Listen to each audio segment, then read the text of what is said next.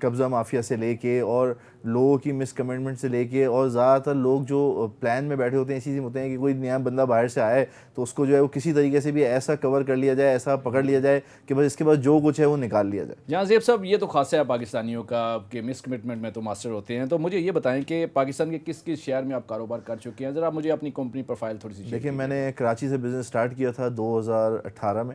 اور 2018 میں کراچی میں بیسکلی مارکیٹنگ کمپنی کے تھرو آیا تھا۔ سٹارٹ ہم نے جو ہے مارکیٹنگ کمپنی سے لیا تھا، اور اس میں جو چند پروجیکٹ کیے، اس میں ایک آدھ پروجیکٹ ایسے ہیں اس کے نام ڈسکلوز نہیں کرنا چاہوں گا، اس کی وجہ سے میسو ہمیں لاس ہوا اور میسو کرائسس میں آئے، لیکن آف کورس کیونکہ بزنس کرنا تھا، بزنس میں یہ پارٹ آف بزنس ہوتا ہے کرائسس یا لاس۔ تو اس کے بعد پھر ہم نے اپنے پروجیکٹ شروع کیے کراچی میں، 2 میں نے سوسائٹی کے پروجیکٹ کیے، اور اس کے بعد پھر میں ٹرکی موو ہو گیا 2019 میں کووڈ میں، پھر ٹرکی میں پروجیکٹس کیے ہیں، پھر واپس آ کے ابھی اسلام آباد بیس کر کے، اور اسلام آباد میں ہم 3-4 پروجیکٹس کر رہے ہیں۔ اچھا جہاں سے سب میں آپ سے بڑا اہم کویسچن یہ جاننا چاہوں گا کہ کوئی بھی جب ریئلٹر کام کر رہا ہوتا ہے، کوئی کاروباری شخص جو کام کر رہا ہوتا ہے، تو اس کا ذہن ہوتا ہے کہ میکسیمم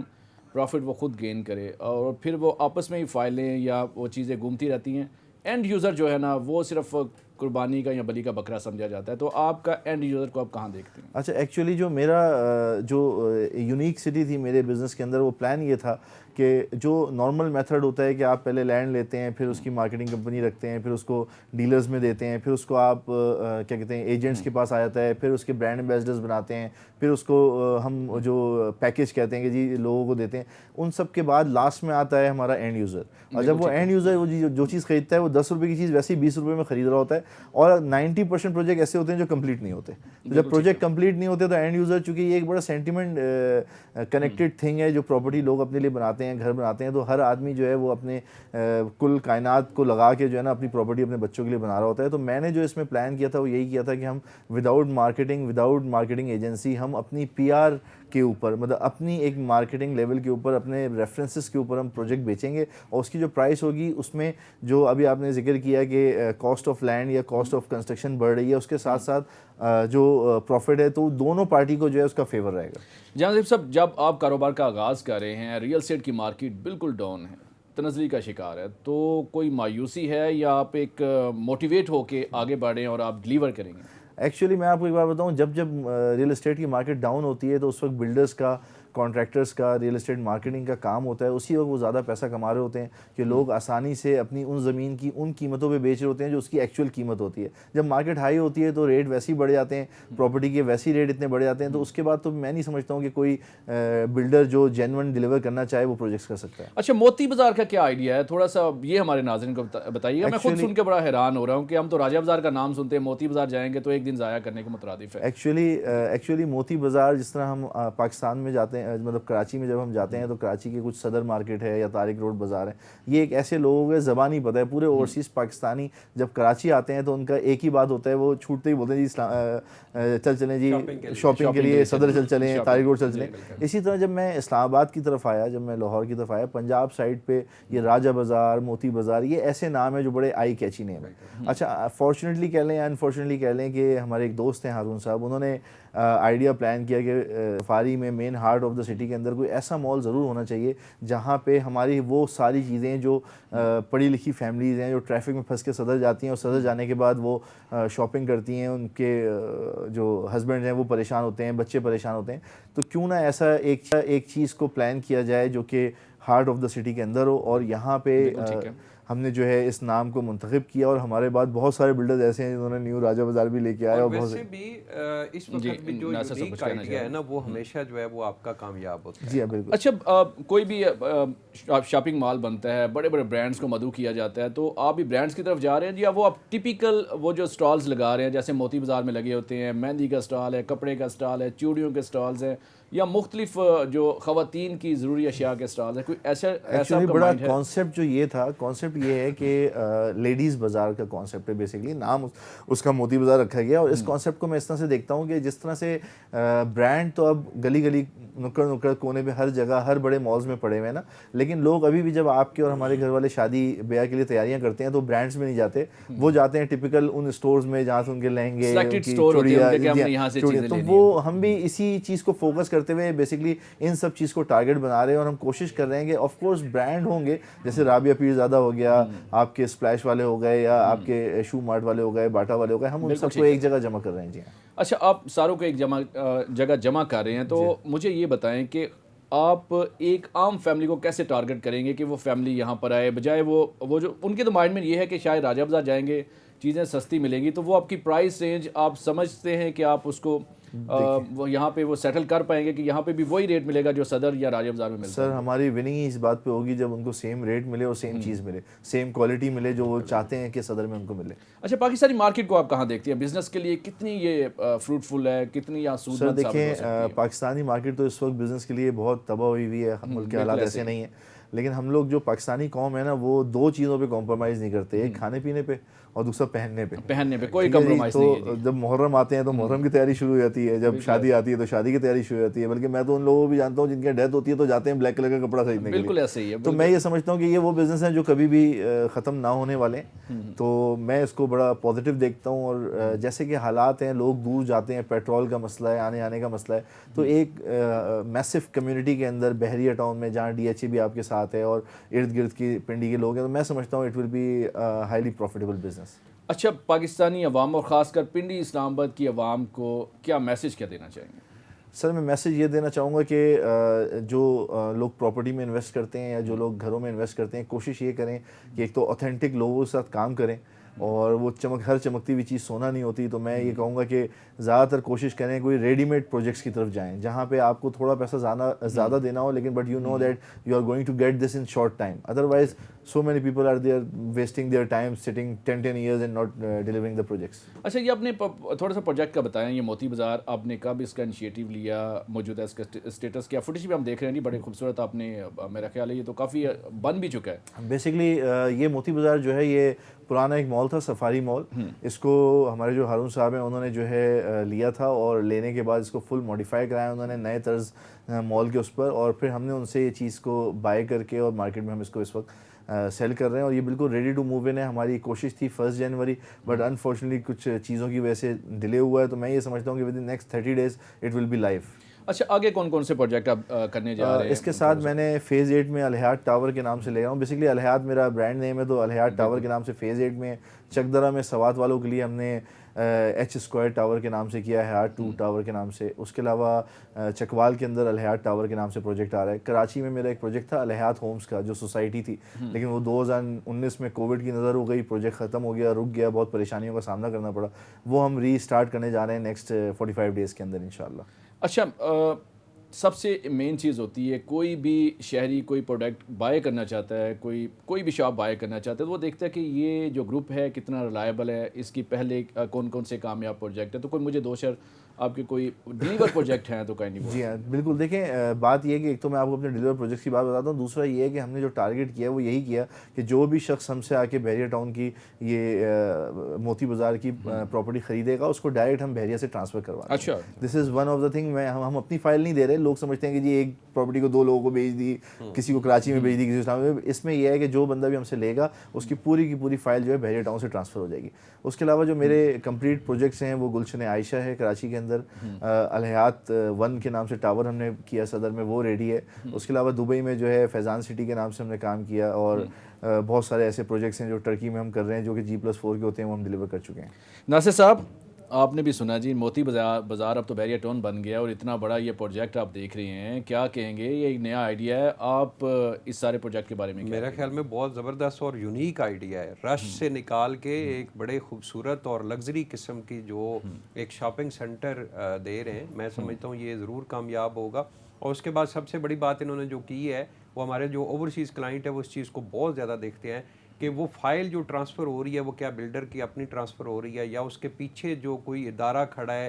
یا وہ سوسائٹی ٹرانسفر کر رہی ہے. تو یہ تو ڈائریکٹلی بتا رہے ہیں کہ سوسائٹی ٹرانسفر کر رہی ہے. اگر ڈائریکٹ ٹرانسفر کرا کے دے رہے ہیں تو بہت زبردست ہے. اور پھر یہ ہے کہ سب سے بڑی بات کہ ریڈی ٹو موو ہے, کہ آپ شاپ پرچیز کریں اور اس کے اندر جو ہے وہ اپنا بزنس تو اسٹارٹ. ایسے جو کاروباری حضرات پاکستان آتے ہیں اوورسیز خاص کر پاکستان آ کر کام کرنا چاہتے ہیں تو ناصر صاحب آپ کو کیا نظر آتا ہے کتنی مشکلات ان کو فیس کرنی پڑتی ہے اور ایک مقام بنانے کے لیے کتنی اسٹرگل کرنی پڑتی ہے؟ مشکلات تو دیکھیں جیسے جازیب صاحب نے بہت ساری مشکلات جو ہے وہ اپنی شیئر کی ہیں. مشکلات تو بہت آتی ہیں اسپیشلی بلڈر کے لیے, اور ابھی آپ کو پتہ ہے پچھلے سال 1.5 سال کے اندر آپ کا مٹیریل جو ہے وہ اتنا مہنگا ہو چکا ہے کہ کسی بلڈر کے لیے اپنا پروجیکٹ مکمل کرنا اور پھر اس میں سے وہ جو اتنی ایفرٹس کرتے ہیں, محنت کرتے ہیں, اپنا پروفٹ بھی وصول کرنا یہ بڑا مشکل ہو گیا. بلکہ بہت سارے جو اچھے بلڈرز ہیں ان کو تو نقصان ہوا ہے پچھلے سال 1.5 سال کے اندر, کیونکہ انہوں نے جو چیزیں سیل کی تھی, مثال کے طور پہ شاپ تھی, اپارٹمنٹ تھا, وہ انہوں نے اچھے ریٹ کے اوپر, ریزنیبل ریٹ کے اوپر سیل کیا, کنسٹرکشن ڈبل مہنگی ہو گئی تو ان کو نقصان بھی ہوا. لیکن اچھا بلڈر جو ہے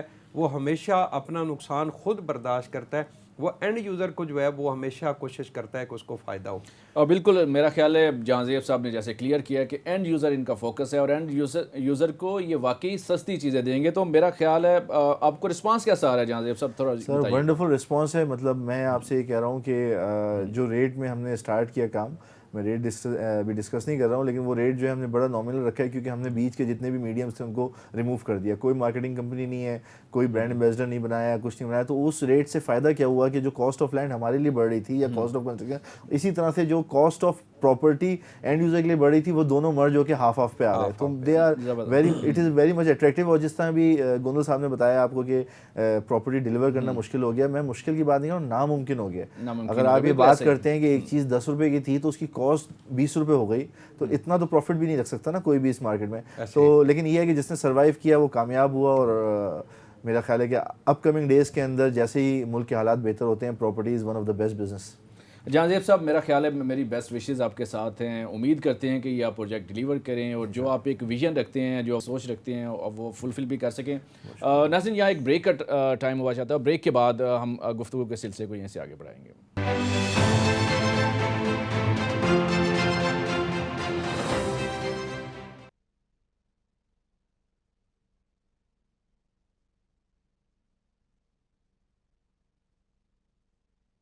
کے بعد خوش آمدید. بریک کے بعد ہمیں جوائن کیا ہے جناب رضوان چیمہ صاحب نے, ریئل اسٹیٹ ایکسپرٹ ہیں. ان سے ہم جانیں گے کہ 2023 میں ریئل اسٹیٹ کے کاروبار کو یہ کہاں دیکھ رہے ہیں. 2022 کا اختتام تو کوئی اچھا نہیں ہوا تھا. ویلکم ٹو دا شو چیمہ صاحب. یہ فرمائیے گا 2022 کا اختتام تو کوئی ریئل اسٹیٹ کے سیکٹر کے لیے اچھا نہیں ہوا تھا, 2023 کو آپ کہاں دیکھ رہے ہیں؟ First of all thank you so much for inviting me.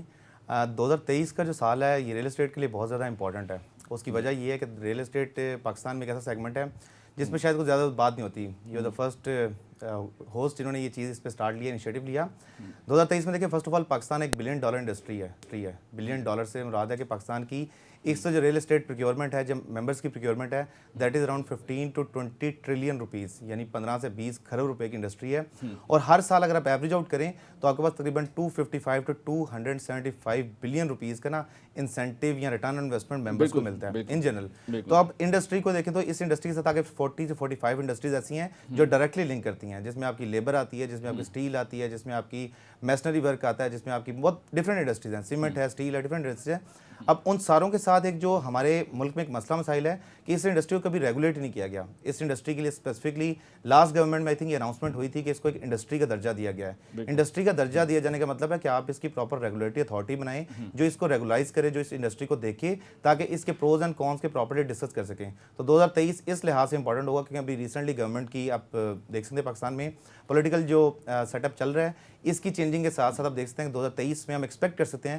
کہ ملک میں بہت اچھے حالات ہوں گے. ریئل اسٹیٹ کی ملک اسٹیبلٹی کی طرف جا رہا ہے. May be hopefully election کا سال ہوگا, الیکشن کے سال کے ساتھ ساتھ آپ کی اکانومی جو اسٹیبل ہوگی. آپ کہہ رہے ہیں کہ الیکشن کا دار و مدار ہے, الیکشن ہو جاتا ہے تو ریئل اسٹیٹ جو ہے وہ بہتری کی طرف جائے گا. لیکن آپ بات کر رہے ہیں ریئل اسٹیٹ انڈسٹری کی,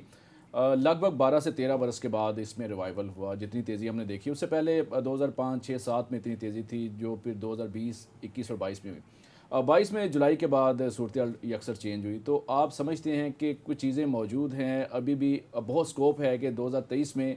کیونکہ پڑھے لکھے نوجوان ریئل اسٹیٹ سے بہت زیادہ وابستہ ہو گئے ہیں, تو ان کا فیوچر سکیور آپ کو نظر آ رہا ہے؟ دیکھیں یہ کہ انڈسٹری ایسی ہے جس میں ہر انڈسٹری نا ایوالو ہوتی ہے with the piece of time. یہ انڈسٹری بھی ایوالو ہوئی ہے. آپ پریویسلی دیکھیں تو اس انڈسٹری میں کبھی آپ کو ایک چیز ملتی نہیں تھی کہ آپ کو پڑھا لکھا طبقہ اس میں نظر نہیں آتا تھا. پہلے ایک ٹپکل کنونشنل ماڈل تھا ہمارے ملک میں ریئل اسٹیٹ کا کہ آپ کو ایک چیز دیکھنے کو ملتی تھی کہ ایک بندے کا والد صاحب یہ پراپرٹی کام کر رہے ہیں تو وہی نقشہ لگا, وہی ٹیبل پڑا ہے, اسی دفتر میں آ کے اس کا بیٹا کے بیٹھنے لگ گیا. بالکل ایسے ہی وہ کہتا ہے میرا والد صاحب کر رہے تھے, میں بھی اسی وجہ سے اسی پراپرٹی کی فیلڈ میں ہوں. بالکل ایسی ہے. تو ابھی اس انڈسٹری میں جو ہے نا وہ پڑھے لکھے طبقے کی زیادہ, پڑھے لکھے آپ انٹرپرینورشپ کہہ لیں یا ڈفرینٹ لوگ کہہ لیں, وہ اس میں بہت زیادہ آ رہے ہیں. اس کی وجہ یہ ہے کہ آپ کی ملک کی اکانومی ایسی ہے جو ریلیٹ پاکستان یا دنیا میں کوئی بندہ کسی بھی چیز سے پیسہ کمائے آ کے invest and of the day real estate میں ہوتا ہے. 1970s میں آپ کو ایک چیز نعرہ سننے کو سب سے زیادہ ملتا تھا جو آج تک کامن ہے, روٹی کپڑا اور مکان. اب روٹی کپڑا مکان جو تھا وہ اس لیے تھا کہ روٹی آپ کی بیسک نیسیسٹی ہے زندہ رہنے کے لیے. لیکن تینوں چیزیں الحمدللہ میرا خیال ہے نظر کہیں نہیں اب آ رہی ہیں, آہستہ آہستہ لوگوں کی پہنچ سے دور جا رہی ہیں.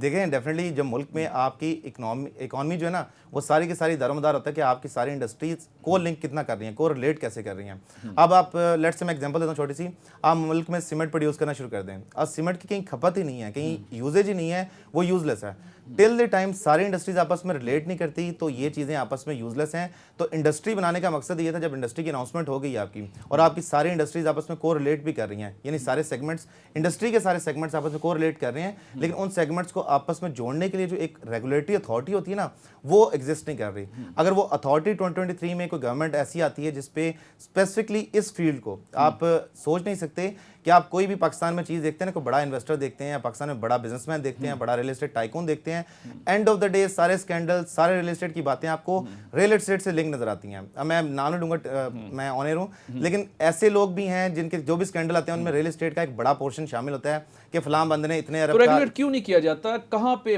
بریک, کہاں پہ گیپ, کہاں پہ ہے, کیوں اس کو ریگولیٹ آپ کی نظر میں اب تک ریگولیٹ یہ سیکٹر کیوں نہیں ہوا؟ فیصل بھائی I think personally in my opinion یہ چیز یہ سیکٹر سے ریگولیٹ نہیں ہے کہ اس میں لوپ ہول نا انٹینشنلی رکھے جاتے ہیں. دیکھیں پاکستان کی عمر ہے 75 ایئرس, 75 سال کا ملک ہے, لیکن 75 سال کے ملک میں ابھی تک ایسا کوئی انڈیویجول یا ایسی کوئی گورنمنٹ نہیں آئی جس نے کبھی اس کو ایز اے انیشیٹو لے کے سوچا ہو کہ یار ہم نے اس انڈسٹری کو اٹھانا ہے. اس انڈسٹری سے میں ایگزامپل دیتا ہوں چھوٹی سی, پاکستان کی جی ڈی پی ہے اس ٹائم $298 بلین کی net G D P. 22 crore کا ملک جو کماتا ہے نا پیسے, جو ٹوٹل آج تک کما سکا ہے دیٹ از $298 بلین.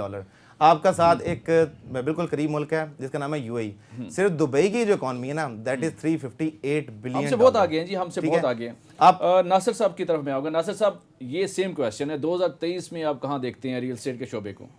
دیکھیں فیصل بھائی اس وقت ریئل اسٹیٹ سیکٹر کے اندر جو ابھی تھوڑا سا ڈاؤن فال اس وقت چل رہا ہے, 2022 کا آپ کو پتہ ہے اختتام جو ہے وہ ہمارا اچھا نہیں ہوا, ریئل اسٹیٹ سیکٹر جو ہے وہ تھوڑا ڈاؤن رہا ہے, لیکن 2023 کے اندر ایسا ایسا جو ہے وہ یہ اسٹیبل ہوگا. لیکن بات وہی جیسے رضوان بھائی نے بات کی ہے کہ الیکشن کا سال ہے, اور الیکشن کے سال میں اگر ہماری کوئی اچھی حکومت آ جاتی ہے, پاکستان کے اندر سیاسی استحکام آ جاتا ہے تو ہوگا, لیکن اتنے بڑا نمبر جو ہے وہ نوجوانوں کا ریئل اسٹیٹ سے منسلک ہو چکا ہے, وہ اب کیا کریں گے؟ اتنی ساری ریئل اسٹیٹ مارکیٹنگ کمپنیز ہے, وہ کیا کریں گی اگر الیکشن ڈیلے پہ ڈیلے ہو رہا ہے؟ خیر الیکشن تو ابھی شیڈیول نہیں ہے, کب ہوگا کوئی نہیں جانتا, وقت پر ہوگا کیونکہ گورنمنٹ تو یہی کہہ رہی ہے. تو اس دوران یہ جو نوجوان ہیں ان کا مستقبل آپ کو کیا دکھائی دیتا ہے؟ دیکھیں نوجوان جو ابھی اس فیلڈ کے اندر آئے ہیں ان کو مسلسل محنت کرنی چاہیے, اور اچھا اسکوپ ہے ریئل اسٹیٹ انڈسٹری کے اندر ان کا. سر محنت وہاں پہ کریں گے ناصر بھائی, محنت وہاں پہ کریں گے جب یہ کوئی ریئل اسٹیٹ مارکیٹنگ کمپنی بچیں گی. جو حالات چلتے جا رہے ہیں, بنتے جا رہے ہیں, سروائیول آپ کو نظر آتا ہے؟ نہیں, میرا خیال میں جو اچھے ہاؤسنگ پروجیکٹ ہیں ان میں اگر ہم لوگ کام کریں تو کام اچھا ہے, اتنا بھی ڈاؤن فال نہیں ہے ریئل اسٹیٹ سیکٹر کے اندر. کام چل رہا ہے, بہت اچھے